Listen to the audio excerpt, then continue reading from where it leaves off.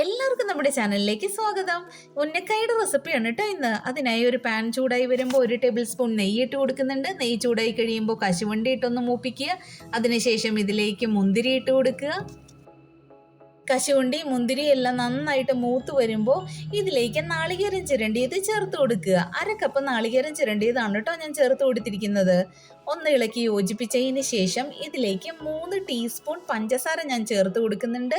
1/4 teaspoon ഏലക്കാപ്പൊടി കൂടെ ചേർത്ത് കൊടുക്കുന്നുണ്ട്.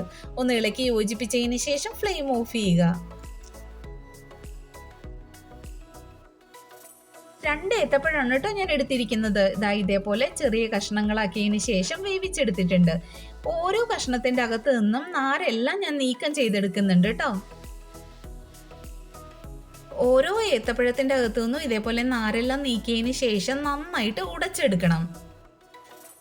ഉടച്ചെടുക്കുമ്പോൾ അധികം കട്ടകളൊന്നും ഇല്ലാത്ത രീതിയിൽ വേണം കേട്ടോ എടുക്കാനായിട്ട്. ഇതിലേക്ക് 2 ടേബിൾ സ്പൂൺ അരിപ്പൊടി കൂടെ ഞാൻ ചേർത്ത് കൊടുക്കുന്നുണ്ട്. എന്നിട്ട് നന്നായിട്ട് കുഴച്ചെടുക്കുക. കുറച്ച് ഓയിൽ കൂടെ ചേർത്താണ് കേട്ടോ ഞാൻ കുഴച്ചെടുത്തിരിക്കുന്നത്. ഇതേപോലെ നന്നായിട്ട് കുഴച്ചത് ഇതേ പരുവത്തിൽ കിട്ടിയിട്ടുണ്ട്. കുറച്ച് ഓയിൽ ഞാൻ കയ്യിൽ തടവുന്നുണ്ട് കേട്ടോ. അതിനുശേഷം ഇതേപോലെ നമ്മൾ കുഴച്ചു വെച്ചിരിക്കുന്ന മാവിൽ നിന്ന് കുറച്ചെടുത്ത് ഇതേപോലെ കയ്യിലിട്ട് പരത്തിയതിന് ശേഷം അകത്ത് ഫില്ലിങ് വെക്കുക. ഇതേപോലെ സൈഡെല്ലാം പയ്യനെ ക്ലോസ് ചെയ്ത് കൊടുക്കുക.